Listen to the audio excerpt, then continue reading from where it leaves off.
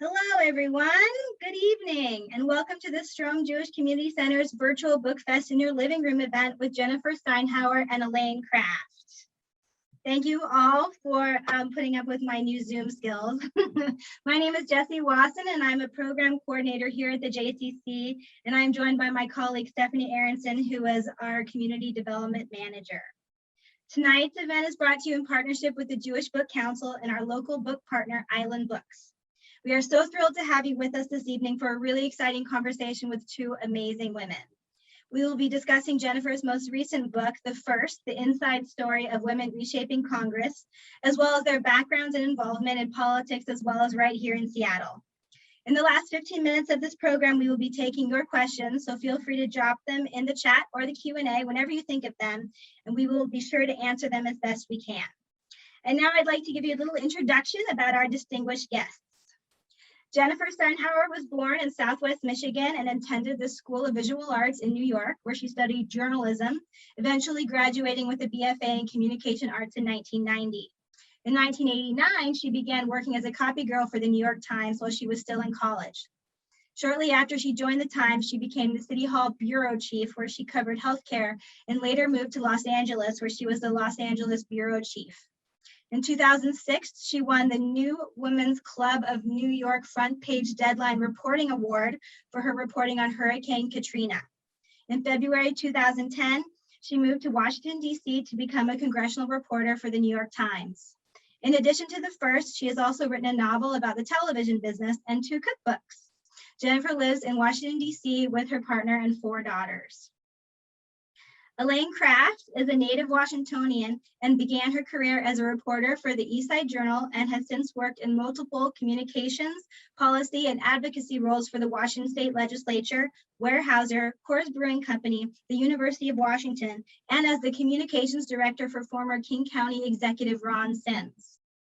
Since 2008, she has worked with the Cascade Water Alliance overseeing external and government relations.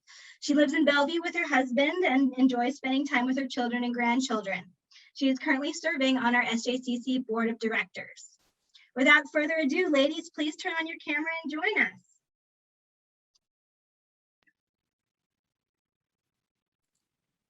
Hi, Jennifer, why don't you start?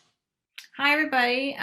Thanks for attending, and a special hello to my BBYO teens out there. I'm a BBYO mom, so I know how meaningful and wonderful that program is, and I'm glad you're participating in that. So I'm happy to be talking about my book, The First. It is the book that covers the women of the 116th Congress, most, not all, but most of who have returned for the 117th Congress, which is even the greater number of women that we've ever had. 27% of the Congress is now made up by women, which is sort of a pathetic number when you really think about it, but it is more than 25%, which it was in the 116th Congress, which at that time was already a record. So my book sought to follow the year in the lives of these first-term Congresswomen, the freshmen, many of them the first Native American women, the first Muslim women who served. Many of them were the first Black women, the first women at all, the youngest women for their district. Just lots of different firsts. Last night, I was with a member from Houston who was the first woman and the first Democrat to win her district since it was established.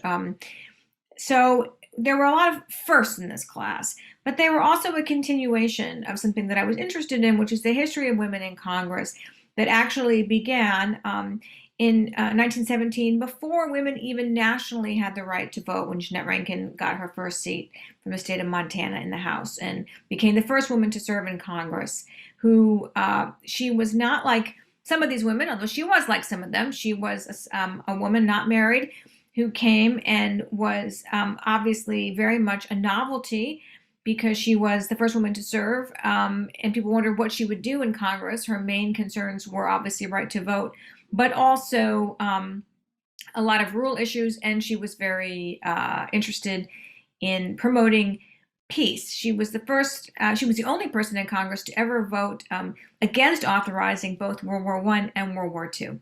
So she really kind of had that sort of a pacifist career, if you will, after that. A really groundbreaking woman who was then followed by generations of women who largely filled their dead husbands' seats for many years. 2 women in Congress here, 3 women there, up until the 1960s and 70s when women started to really run on their own right. And that's what we saw echoes of in this class. Although there have never been so few women as there were in the very beginning, obviously, when women first ran for Congress, until the last couple decades, they were still very much the minority. And women, a lot of them who had filled a dead relative seat were still there. So now we see this new class of women. And in 2018, many of them inspired to run in response to the Trump presidency. So this was a big surge, fueled largely by Democrats. We can talk about that if you want to, too, the difference between Republican and Democratic women historically in the current Congress, and specifically in the 116th Congress, where Democratic women really ruled the day. So a lot of these women were first time ever. Some of them hadn't been to Washington since they'd gone on their high school trip. Some of them had been in the legislature. Some of them were more established in politics, but they were profound in their breadth of experience, their diversity, and their resumes, which were impressive, and again, across a broad spectrum, very diverse. So I think, the biggest takeaway from all of this is really that women need to run for things. It's much easier to win a seat in Congress, although many were first-time politicians that year. That's not the easiest way to go about it. So the biggest takeaway I always tell young women, and women of all ages really, is it's important to run for something. Run for a dog catcher, run for your school board, run for your state legislature. Just run. That is the foundation that will be able to can be provided to you to have a long and hopefully successful career in American politics. Thank you. That was great. Actually, when I started many years before you, it was January 1973, and Title IX, which had allowed access to young women in sports, had been passed. And the first week I was working in the Washington State Legislature, Roe v. Wade had passed. And I thought to myself, women are on our way. We are equal. Things are great. I'm very excited to be a part of it. Obviously, over the years, we've seen that not everything has gone entirely smoothly. In my work, I found that in the days I started my work, it was easier for women to have a real impact behind the scenes with public policy, help shaping the message, crafting a coalition, and getting things done in the background. So I'm delighted to see, especially in your book, how you talk about women really grasping the reins and running with it. In 2007, when Nancy Pelosi was first elected to be the first woman speaker in the House, she came to Seattle, and I met with her along with several other key legislative types. And her first message was exactly the same as yours. I don't care what you run for, but run, get involved, get engaged. And we had had some women before who had pretty much gone into the mold of Congress, the space that was allowed you, and what the rules were and how to do it. And the thing I found so delightful about your book is that these women came in as themselves. They didn't flaunt protocol, but some of them felt there were other ways to be more productive. And so for me, that was the most important thing in reading this book, is to see how far we've come in the 50 years since I've been working in politics, and be excited about where to go now. I do agree with you about the Trump presidency spurred, it's hard for me to say he was a president, spurred so much going forward. And so that's why I think this book is important, the lessons that you talk about, but also for us to hear from you what lessons are learned and what the next steps are for these young women and people who might be watching here today.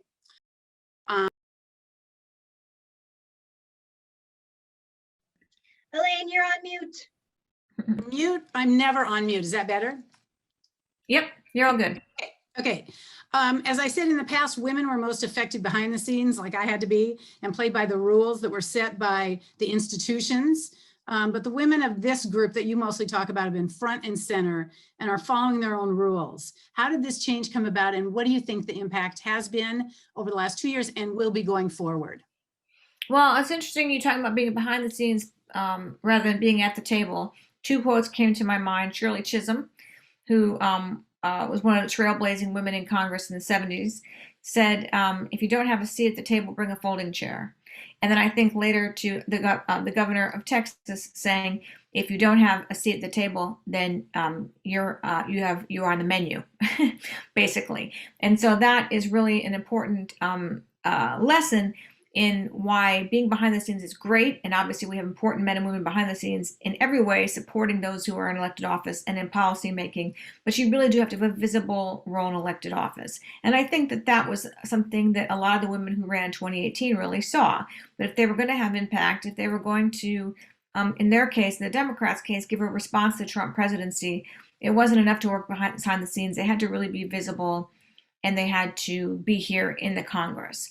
So that was the first lesson. Not all of them were supported by the party.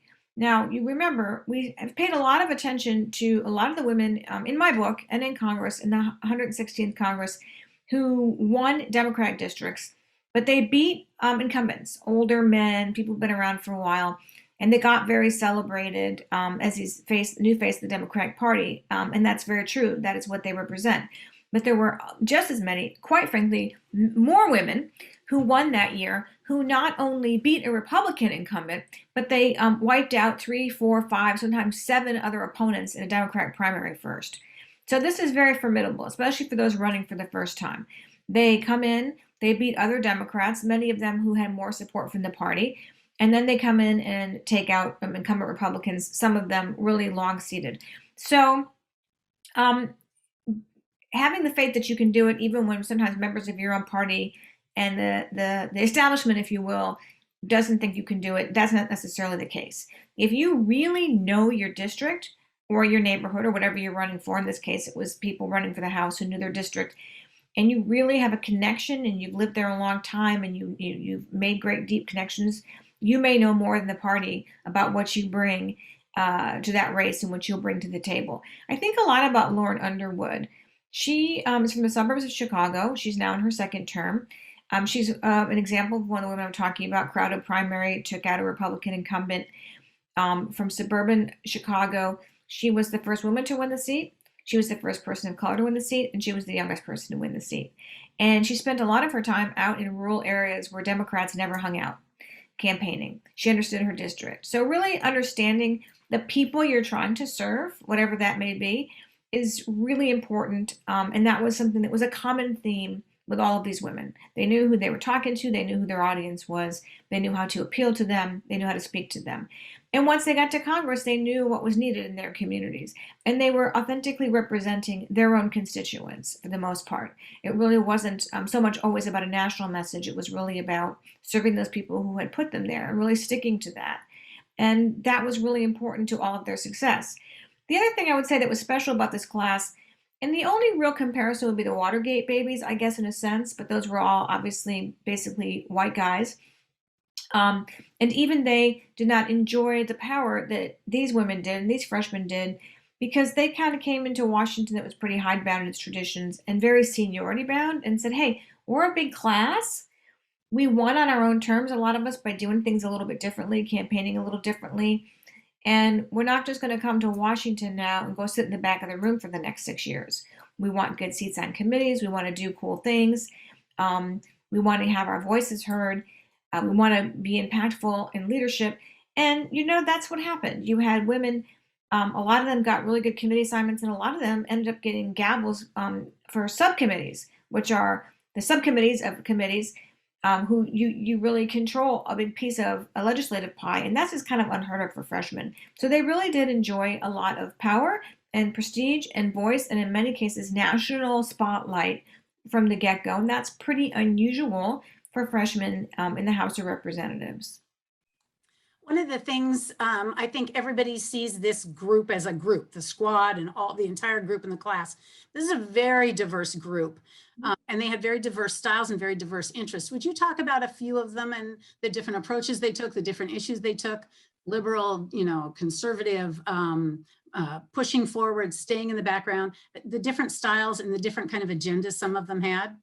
Yeah, you're absolutely right that it was very diverse. I talked earlier about sort of the dichotomy, if you will, that ended up kind of playing out in some conflicts in that first year in Congress, which really did presage what would happen on the stage for the race for the White House. The emergent, very progressive left, if you will, and I'm using kind of, buzzwords or shorthand. It's obviously more nuanced than that. Some people are very liberal on some issues and much more moderate on others.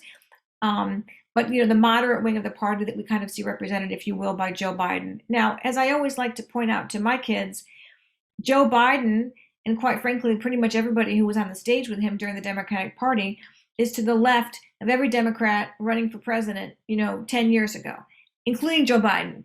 That was true when he was running, and it's certainly true as he begins to govern. This is something that the progressive folks, especially the younger people, don't really grasp.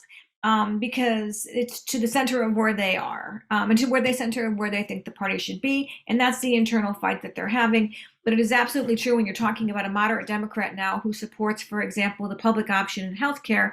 That was considered quite a radical left position only a decade ago. Now Medicare for All has replaced that, if you will. So the way we perceive left, right, center within the Democratic Party shifts a lot, and it certainly has shifted lately. And I bring that up not as a digression from talking about these women, but a setting of the table, if you will, for that discussion, because a lot of what we consider to be moderate women in this caucus would not necessarily have been so 10 years ago, and the fact that they're serving at all, in fact. So you have these progressive folks like AOC from New York City, like Ilhan Omar from Minneapolis, Ayanna Pressley, who kind of cut her own path a little bit. She had served in City Hall for a long time in Boston. Rashida Tlaib from Detroit area. And I need to tell you something that's important to know, which is that they really didn't know each other before they got to Congress. They ran their own campaigns. They were in their own place. Certainly in the case of AOC, no one expected her to win. Ilhan Omar was a one-term Minnesota lawmaker. They were now, as I said, Ayanna Pressley had served in the Boston City Council. She was not a stranger to politics. Rashida Tlaib also, Michigan State Legislature. They came from different backgrounds, kind of focused in their own way, and they got to know each other quite quickly early on when they got to Congress. And they made kind of a joke as they did an Instagram post and called themselves the Squad, but that really stuck. And that became, the four of them became known as that in the national consciousness as representatives of the progressive left. And ultimately, what quite frankly catapulted them in the public eye the most was Donald Trump focusing on them as a group and targeting them. So then there were a whole other group of women.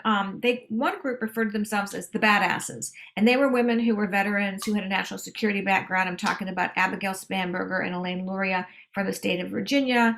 Alyssa Slotkin, also from Michigan, who ended up, she didn't live that far from Rashida Tlaib, but a whole world away in terms of politics. Both of her neighbors in rural Michigan have Trump signs in their front yard. I think they both voted for her. I'm not sure. She won her district twice. Served in both the Bush and Obama administrations in the Defense Department.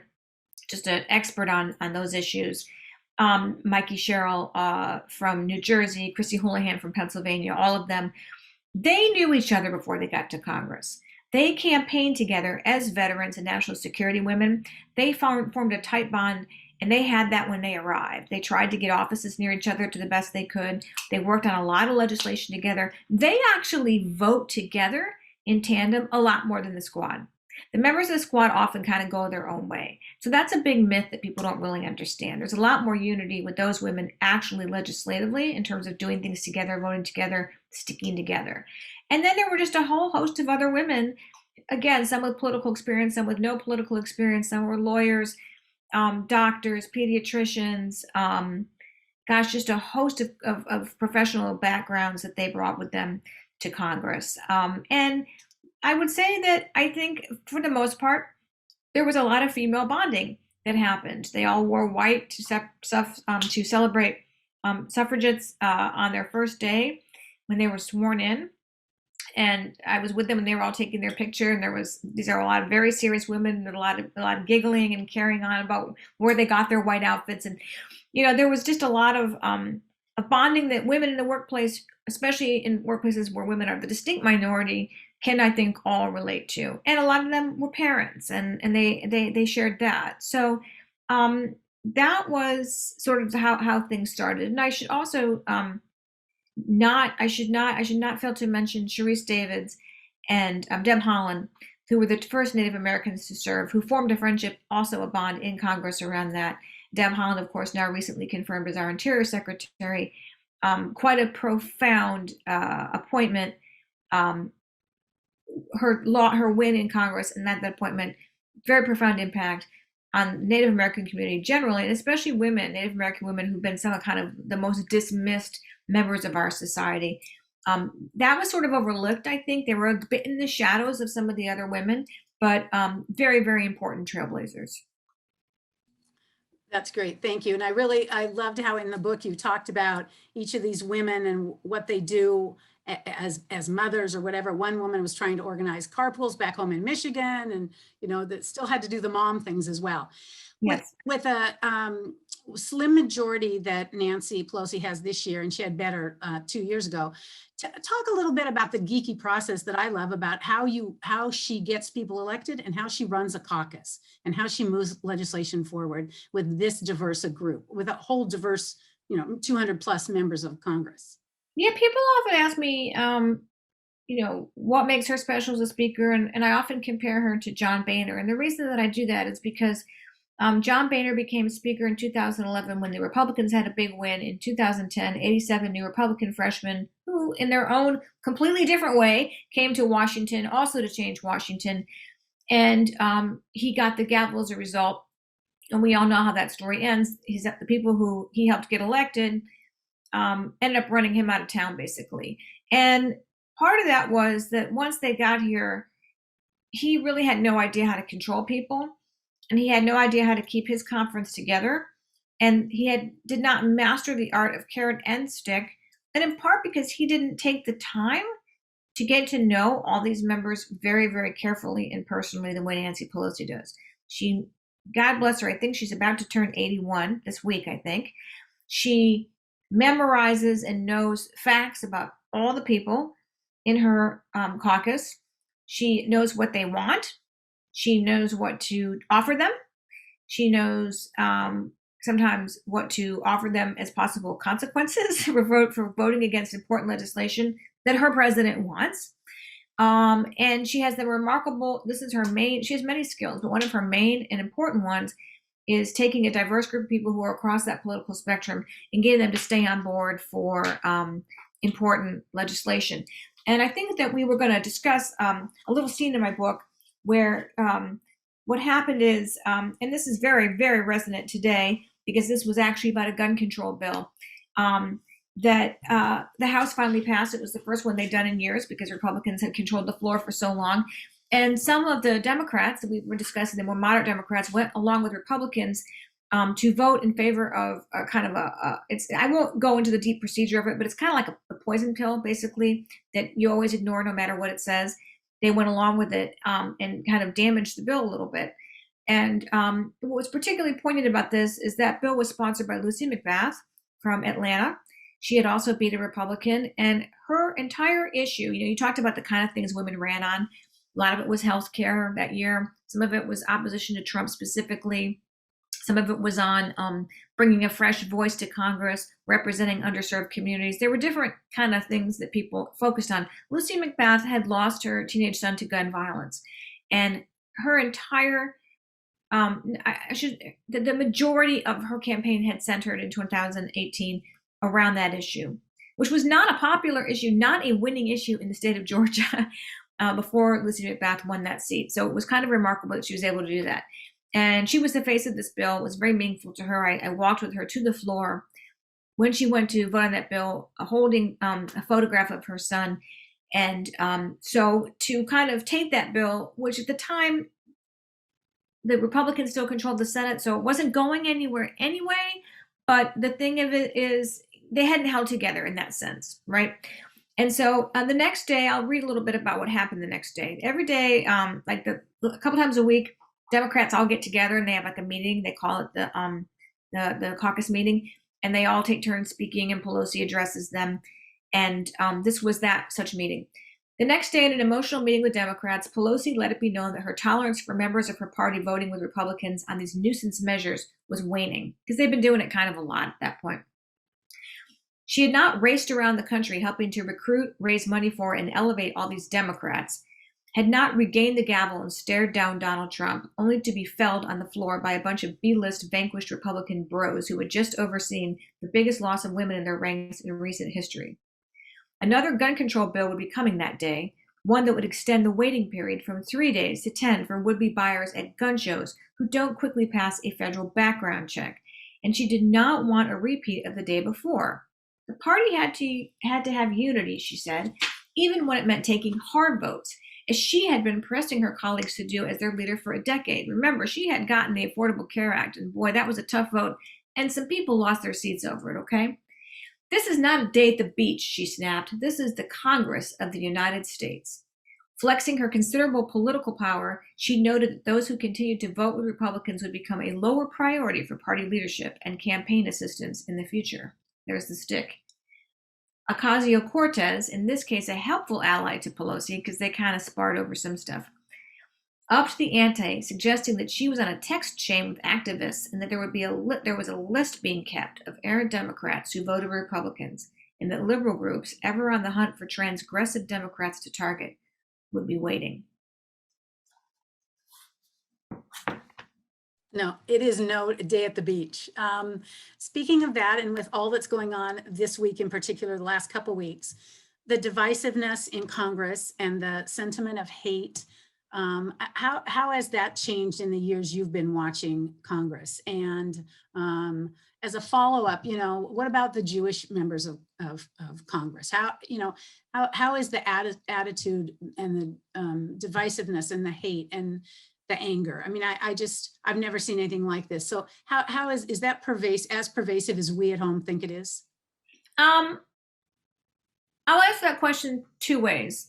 And the first, unfortunately, is yes, but I think that is really, in some ways, not specifically unique to the current Congress, the 117th Congress, but I think it's really at a nadir right now. I think that Congress has been increasingly polarized over the years, certainly in the 11 years that I've been in Washington and even prior to that. But behind the scenes, Republicans and Democrats work together a lot on legislation. You would observe them having many more friendly relationships in the hallways and elevators. They have to work on committees together. You have Republicans and Democrats from the same state who obviously get together to do things like disaster relief, when they have a tornado or a big disaster in their state. I would say in this current Congress, given some of the members that have joined from the Republican Party, and particularly in light of the events of January 6th, and in the infiltration of conspiracy theorists stemming from QAnon and related groups, what you see now in Congress is probably a divisiveness that's unprecedented for this generation. And when I say divisive, it's not fighting over policy. I'm talking about groups of people who do not believe the president was legitimately elected, who went to great lengths on the floor to protest the certification of his election, which we all know then culminated in an active insurrection against members, with people storming the Capitol with the intent to harm people, including the Vice President of the United States, who was there as well to certify the election that day. That's not a fight like I just described over a poison pill on a bill. That's not a fight over taxes.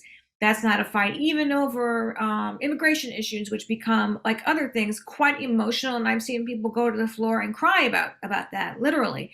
But this is talking about the legitimacy of the government, and then again, culminating in an event that was free. There's no other way to say it. Was hideously violent and resulted in the death of several people, including a Capitol police officer, and then 2 more by suicide subsequent to that event. That's not the toothpaste you can put back in the tube the next day. That's not a fight over a bill. And so, some of these members who were siding, if you will, with those who stormed the Capitol are still there, sitting next to some of the members that we've just discussed, sitting next to members of Congress that you guys have heard of and that we've just been discussing, and of course, their colleagues. So that is a very scary situation. As you know, you all may have read about, they've had to install metal detectors to check for weapons on members of Congress going to the chamber. I mean, this would be unheard of, I would think of, even a few years ago. That's not political divisiveness. That is something else. That is something that's physically frightening and a threat to our democracy. And that is a different environment, I think, for members to be working in. But that's, we should say, I use the word combination, and I say that intentionally, because this isn't something that popped out of thin air on January 6th. This has been a movement that's been building, that in my view, found its roots in the Tea Party movement that I described to all of you. They brought members to Congress in 2011 and slowly morphed into what is full-blown Trumpism in the Republican Party now, that has tentacles of conspiracy theorism, white nationalism, and other things. And that's just a completely different environment. In terms of completely shifting, mostly, I guess, to the Jewish members of Congress, I don't think that I have anything particularly meaningful to say in terms of a legislative agenda with Jewish members of Congress, except to say that when we talk about diversity in the Jewish community, we know that if you look at the American Jewish community, it is principally, probably disproportionately Democratic, but not exclusively. And we know that there is a diversity of opinions, largely but not exclusively along generational lines, in their view of the relationship between the United States and Israel, for example, and the Palestinian question. And to some degree, that has been displayed in Congress, but I would say that that was brought to the forefront more by the new Muslim women in Congress, particularly Ilhan Omar, who openly questioned U.S.'s relationship to Israel and our foreign policy positions there. And she sparred greatly with the chairman of the Foreign Relations Committee, on which she sat, who, I would note, Eliot Engel, is no longer in Congress, replaced by a much more progressive Democrat, and Ilhan Omar still is, which is not to make a comment on that debate as per se, but to say where, particularly in the state of New York, where he hailed from, but generally speaking, it shows you that the politics of that are more complicated and dynamic, and her points of view were representing, to a degree, some points of view of other Americans and even other Jewish Americans, and that became a very difficult conversation and painful for many members, and particularly, certainly, the Jewish members of Congress, who got pretty fed up with Ilhan Omar in terms of not her message, but some of her language and her rhetoric. But I will say that when we talk about what it means, and I think you asked me this question originally, what are the manifestations of a more diverse Congress? And taking away even the female part, is that when you have a diversity of backgrounds and a diversity of political opinions, you're going to have different kind of conversations than you had when it was taken for granted that everyone had exactly the same position, for example, on U.S. relationship to Israel, which is, I think, a pretty good example. So that's what it means. It means you're talking about having conversations, some of them hard, some of them even unpleasant, because you have different people with different points of views on issues, now with that proverbial seat at the table. That was excellent. And so taking all this diversity, difference in experience, difference in backgrounds, the long-term serving members of Congress, and of course the firsts who you talk about, what does that portend, do you think, with these narrow majorities for Joe Biden's agenda going forward? And how do you move forward on that? It's a great question. The thing about it is, as you guys know, especially those of you who Congress geeks who keep up, the question, as you framed it correctly, really is more in the hands of the Senate. Because it is absolutely true that Nancy Pelosi has a more narrow majority in the House, but she probably has enough to pass great chunks of Joe Biden's agenda. I'm not going to specifically outline which bills, but she has enough there. And as we've talked about, she's able to bring people together. When you have a 50-50 Senate with people, being a moderate from an entire state is a whole different thing, because you're talking about the whole state now. You have that vote just carries so much more weight, and that's where the battle for policy in the future of especially progressive policy, that's where things are going to sink or swim. And what path do you see the people that you talk about in your book, the firsts, where do you see them going over the next few years? Well, I mean, it's a really wide open question, because if you said to me in 2017, when I first met Deb Holland, and no one outside of New Mexico knew who she was, and I was talking to her about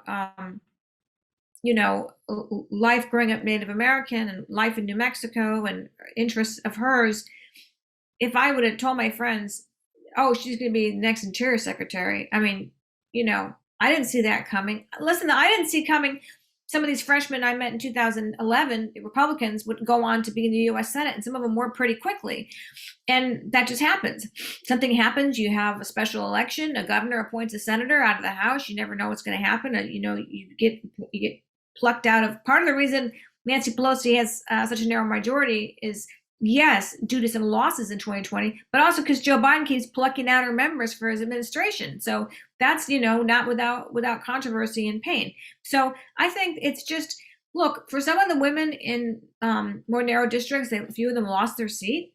Most Republican women, I might add, who looked at the 2018 wins and really tried to use, to a certain degree, the Democratic women's playbook to go from having the lowest number of Republicans in the history, in recent history, to having the greatest number in a 2-year span, which is pretty fascinating, at a time when you had a Democrat win the White House and the Senate narrowly retaken by Democrats as well.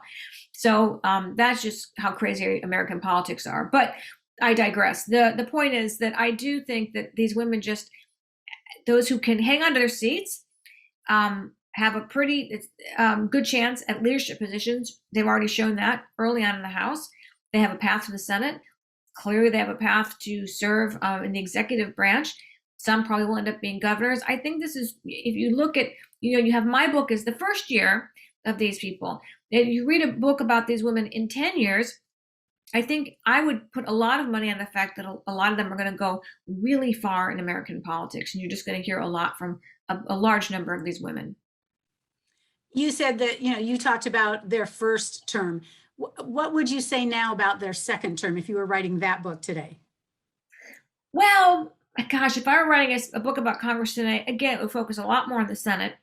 And I think that now the questions are not, okay, now I've figured out my way around Congress. Part of my thing was I'd been around Congress for a while. I've been a Hill reporter. I knew the secret hallways and which coffee places close which, and how you get to, a hearing over in this building and that building.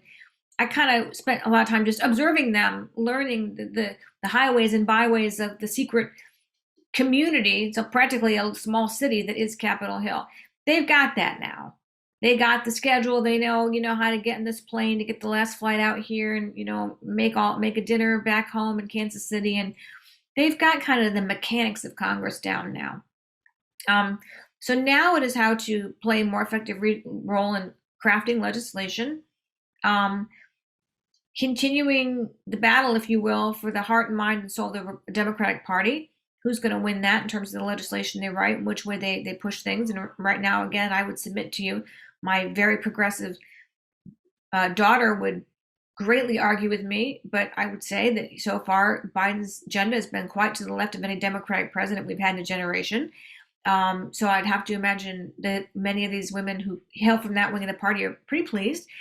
But again, I would go back to, not to be, I'm a Debbie Downer here, but I think they're trying to navigate the situation with the Republican colleagues who, look, it's a small number of them, but I think it was 11 voted against recognizing police officers killed in the Capitol. I mean, this is not normal partisan division. This is a really scary thing that's happening in our country with disinformation, COVID denialism. Now we have a lot of vaccine refusal across a broad range of spectrum of politics, I might add. And all against the backdrop, of course, of the horrible pandemic and pulling out of that. I mean, spending a year, gosh, I would have to write all about how they managed that. A lot of them moms, like the rest of many people on this call, I'm sure, who were trying to work from home and homeschool their kids. So I think managing the pandemic, managing this kind of sort of pivotal but sort of scary moment in our country, that's their challenge at present.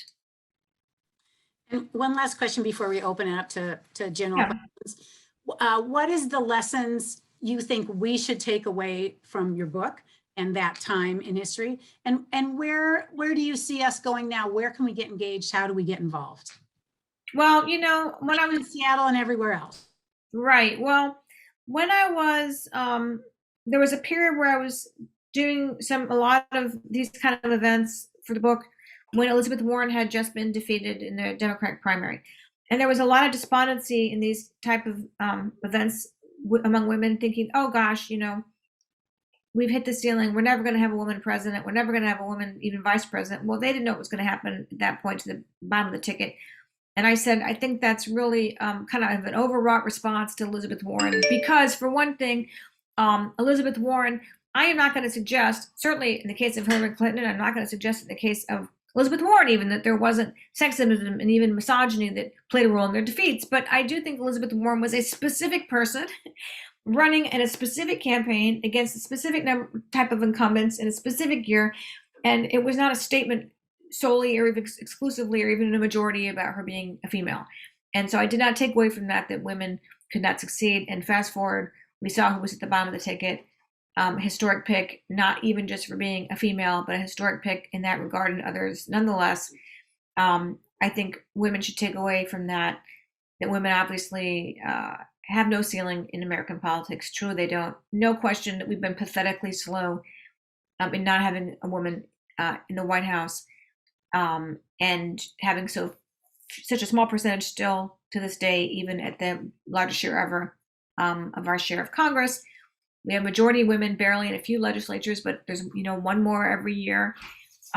It's coming along. And I would go back to where I started by saying what you can do to answer your question is to really is just to engage, to help other women win. It's not your turn to run. You don't want to run. You're not ready to run.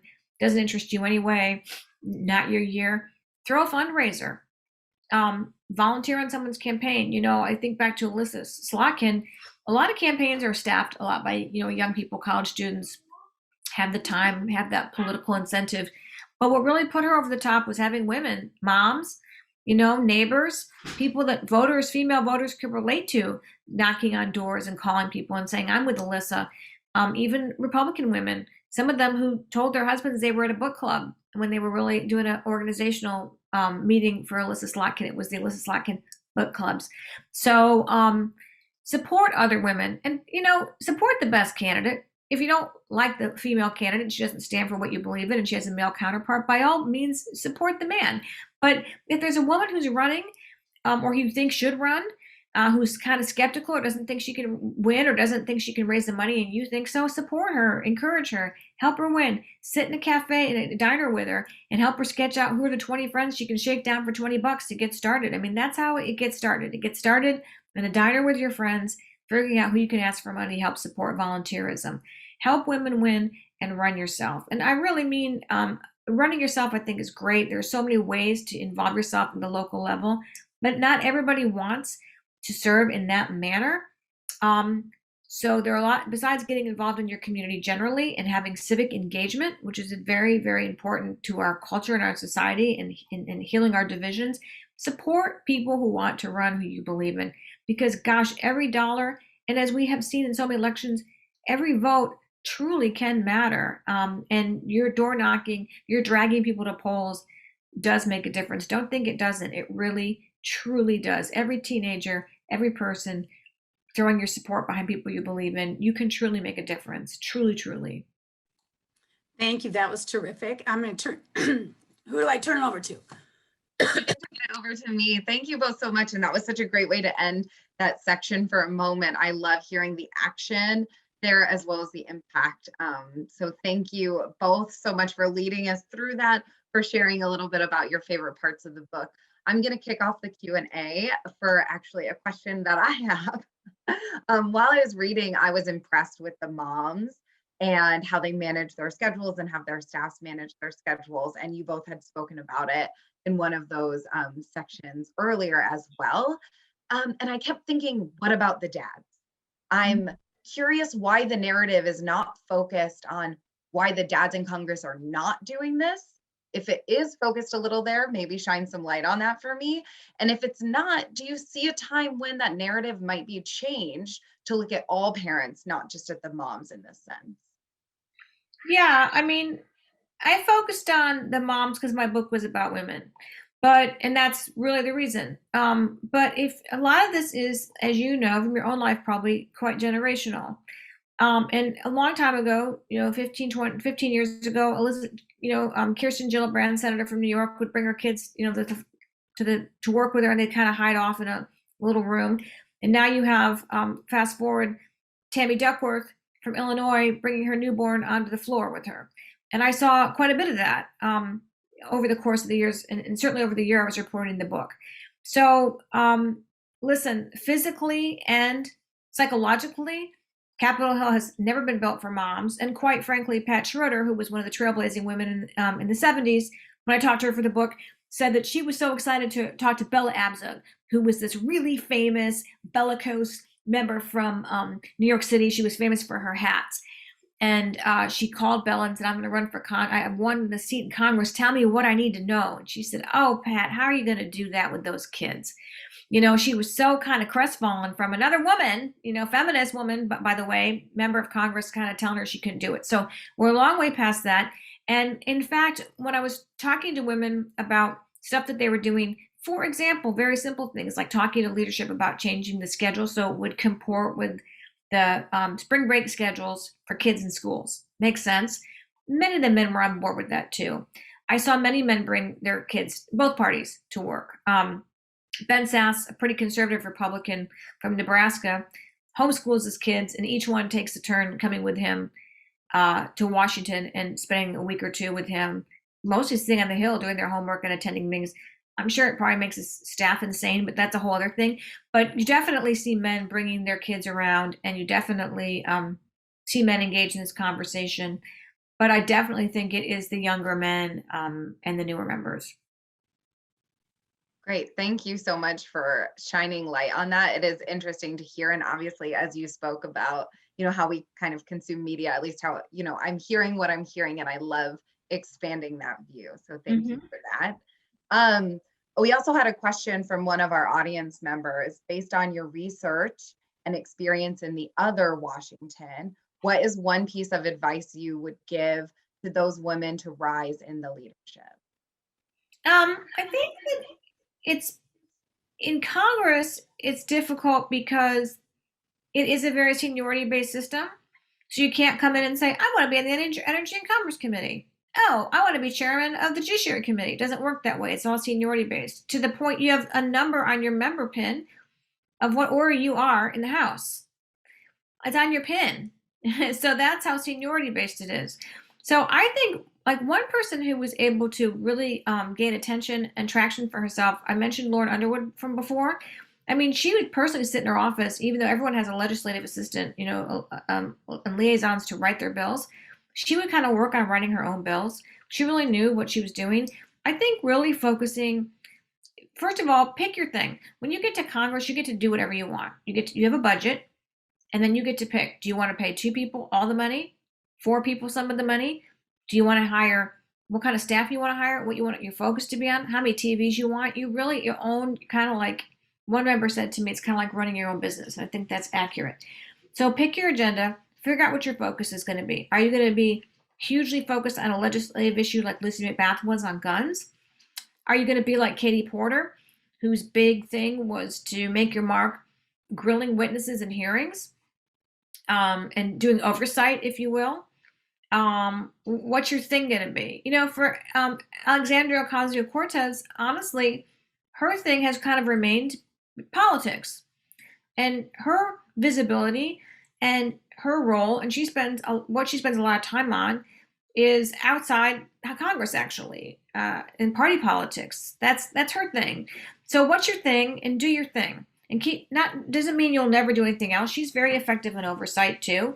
She's not a great legislator. She's not a great, writing a lot of bills. She's kind of setting the message, the broader thing. She has a special platform to do that. Most people don't. But you'll do many different things. You'll sit on many committees. You'll have different roles. But pick your thing and really make that your thing. and have your thing be your thing. And I would also say, in service to that, pick the right mentors. Who's done what you've done in some form? If bill writing is your thing, if healthcare is your obsession, if you really want to work on food insecurity, if Black maternal health is your issue, who has laid the groundwork for you? Who's had success at passing bills like that? Who knows how to write legislation? Who knows how to get stuff done? Who knows how to build alliances? Find people who are good at what you want to do and really seek out their mentorship, and not just advice, but follow through, the whole process, making sure you have someone you can go to who can show you the path. And I think that's true, frankly, in every profession. That's what I was thinking. It's great advice for everyone. So I think so, yeah. And the teens too, as you're going through whatever that next step after high school looks like, whether it's a gap year or college, find people who have paved the way in what you're interested in. I think that's great advice to take. Thank you so much. I think that is true for teenagers. And I would say too, as teenagers move on to the next thing and the next thing in college and the next thing, make sure you don't burn bridges. And remember that, and this is true in Congress too, and to a certain degree, think about how you exit situations, because that's going to have a lot of impact too. People remember how you leave something. So just think about that. That's great. I think Jessie has one more question, and then we're going to tie it into holidays. Oh, yay. Okay, Jessie. Hi, we have a question from Ellen. She wants to know more about the legacy of Katie Porter. I'm going to actually share my screen and bring up a photo of her for us.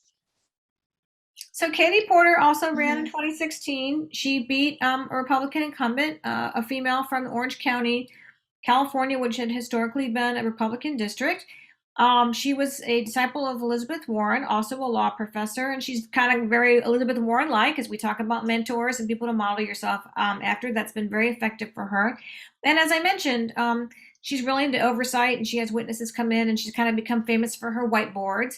And she brings people in and kind of schools them in areas of consumer and finance issues.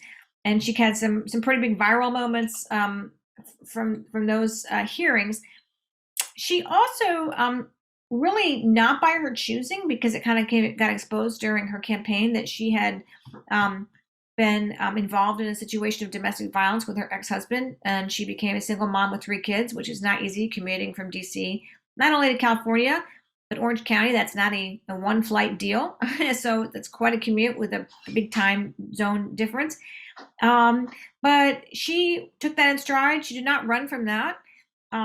She was very authentic about that experience and who she was, and just very known for being someone who a lot of women can relate to, because she's really truly it's not a show, it's not a campaign ad. She really truly is struggling to, in this case, homeschool those 3 kids, work with those 3 kids, keep them in check while she has a pretty big job back in Washington.